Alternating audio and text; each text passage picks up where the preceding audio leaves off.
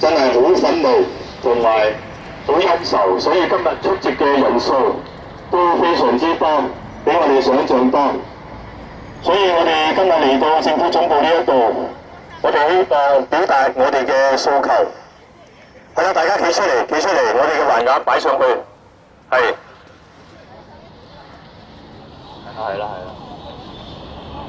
係啦，都顯示我哋嗰個團結同埋人數眾多。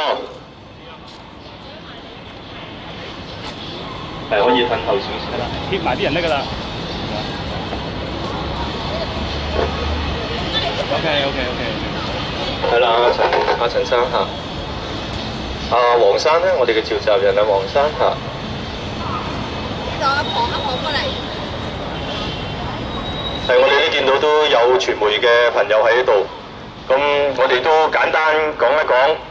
其實我哋係偉恒昌景閣嘅一班小業主，其實最近呢，我哋大廈進行呢一個維修，但係呢，就價錢非常之貴，每一戶要俾10幾萬，但係我哋嘅單位只係幾百尺嘅單位，所以我哋喺短時間裏邊成立咗偉恒昌景閣維修關注組，咁我哋亦都有幾位嘅召集人，包括陳海南先生、黃君南先生，咁我哋都請兩位都同簡單講幾句，好唔好啊？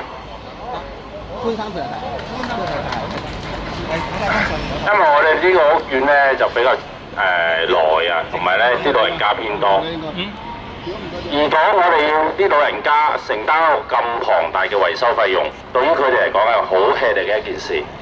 我哋而家就質問我哋嘅法團點解唔要我哋要求幫我哋申請政府個資助計劃，要係一意孤行，要係履行佢自己揀嗰樣嘢，要係咁昂貴，每一戶要分攤成10幾萬嗰個維修費用。咁對於一般老人家嚟講，我哋係承受唔到呢個壓力㗎，個經濟上嘅壓力。所以我哋希望政府可以幫到我哋，暫停勸喻佢暫停簽約。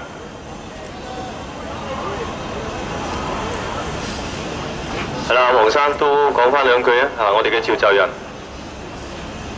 今日咧，我哋嚟反對咧，總共有2架車，一架車係60人。2架車就120人。如果相對於成個偉恒昌景閣嘅業主嚟講，840戶嚟計咧，我哋呢度已經超過10%。780戶有冇840戶？已經超過10%㗎啦。咁其實咧，我哋應該係可以根據翻我哋嘅政府裏邊嘅法例裏邊，我哋係佔大多數去決定一啲嘢，反而呢個咁嘅法例344，令到我哋由一個小業主變成一個大苦主，呢樣嘢我哋覺得係非常之不滿。我哋希望政府可以幫到我哋，將呢個咁嘅漏洞去幫到一啲面臨差唔多要跳樓嘅業主，希望政府走出嚟幫到我哋。多謝各位。好啦，各位業主，我哋請政府部門嘅代表，希望能夠出嚟接信。我哋係有封信係交俾曾德成局長嘅。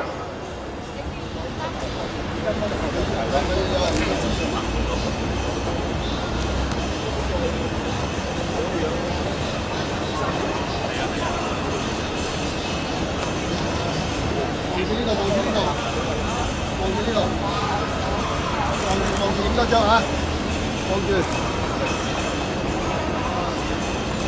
好嘅，一樣啊，一樣。過嚟一個嚟，過嚟。